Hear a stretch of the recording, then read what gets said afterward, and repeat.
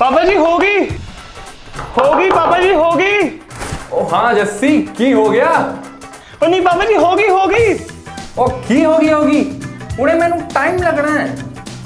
पापा जी अपनी वड्डी गड्डी ऑटोमेटिक लॉन्च हो गई। ओ तेरी ओ जस्सी रुक। Wonder what's happening guys? Well, if you remember Jassi from our very first blockbuster Vaddi Gaddi.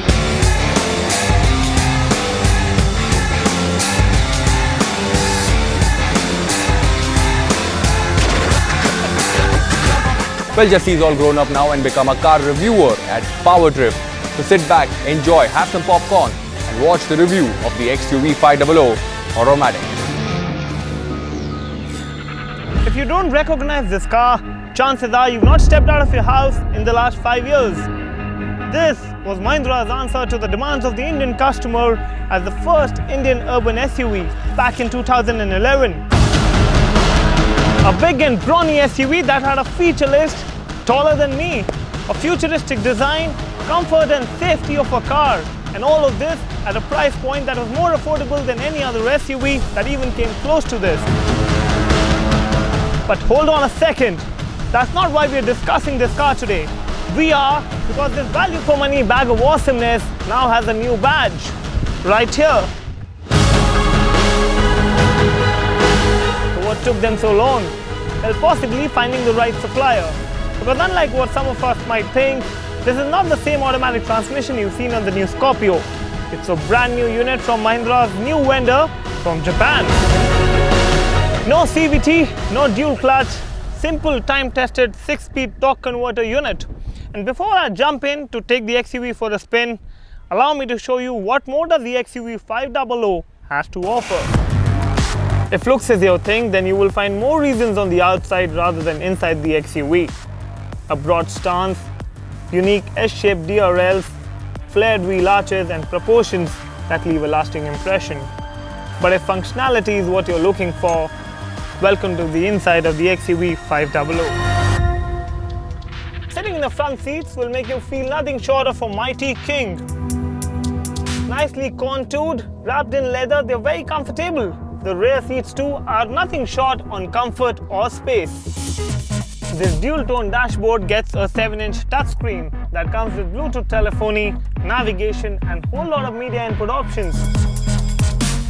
You also get automatic climate control AC and a whole lot of buttons. But let's quickly find out how well does it drive. Let go of the brake and the car starts to crawl slowly. It'll reach at about 5 km per hour at a maximum speed, and that's going to be really helpful when you're driving through that bumper-to-bumper traffic. Slam onto the throttle and it responds almost instantaneously. Now the XUV has always been a quick SUV and the automatic doesn't change that a whole lot. Mahindra's got the gearing spot on with the new gearbox and the car's compliant both in city and highway. But those who've driven the first generation extensively would know that the car felt a little wobbly, especially on high speeds. And then once into a corner, it didn't feel that sure-footed. It had a fair amount of body roll. When the second generation came in 2015, Mahindra really retweaked the suspension and sorted all of that. This one runs the same suspension as the 2015 second generation one. And so the car feels really planted, really sure-footed even on high speeds. I'm doing it at 80 kmph, 1500 rpm, 6th gear, and the cruise control works spot on this one. You could really leave it at 100. The engine really cruises easy. Nice comfortable seats to be sitting in. Now the braking on the XUV has always been impressive right from the first generation, but the dual tires on this car have two issues. One, they are highway tires, so they can't really make justice to the all-wheel drive tag. And second is they're not all that great when it comes to braking.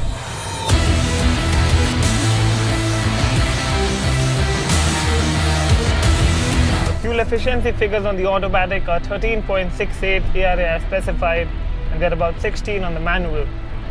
Also, the automatics are 1 lakh rupees more expensive than their counterpart manual variants.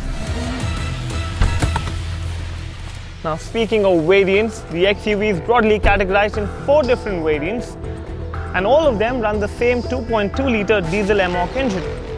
But here's the good part. No matter which XUV you buy, it's gonna come with 2 airbags, ABS with EBD, and all 4 disc brakes.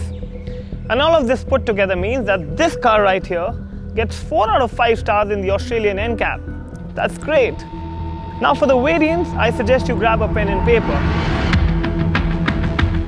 Alright, let's begin. 4 variants, W4, W6, W8 and W10. Further, W6, W8 and W10 come with an automatic transmission. W8 and W10 have an optional all-wheel drive system, which again comes with both manual and automatic. And this engine is now available with almost all variants.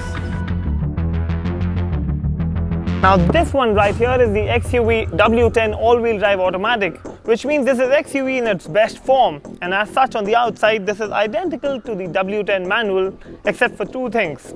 One is the automatic badge we saw right here, and the second one, the door handle on the front doors do not come with that small little request sensor for keyless entry, nor does it get a start-stop button. But to me the math doesn't add up, because somebody buying an automatic transmission is buying it for comfort.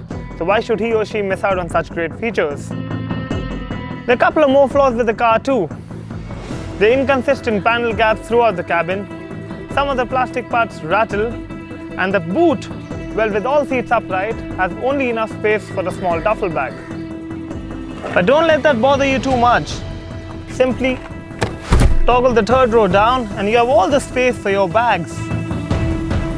Now let's talk about the second badge on the car, the all-wheel drive.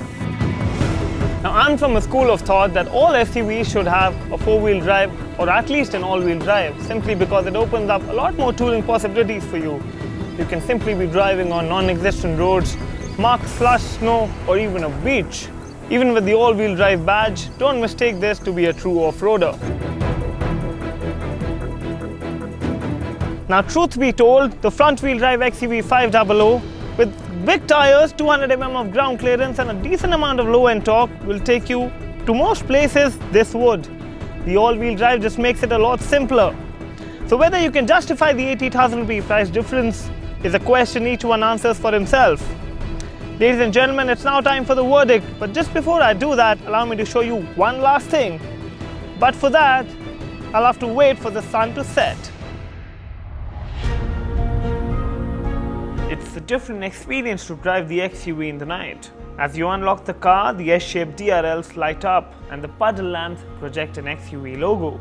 Open the door and the illuminated skid plate welcomes you. You'll be greeted by soft ambient lighting just in the right places, a host of backlit buttons and a 2-dial instrument cluster, one that looks to be borrowed from a fictional superhero's car.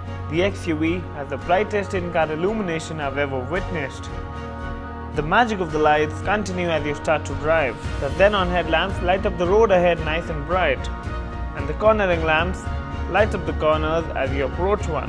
No moving motors, no complicated sensors, just 2 extra lights in the headlight assembly, which light up as you turn your steering. No matter which way you turn, both cornering lamps light up every time.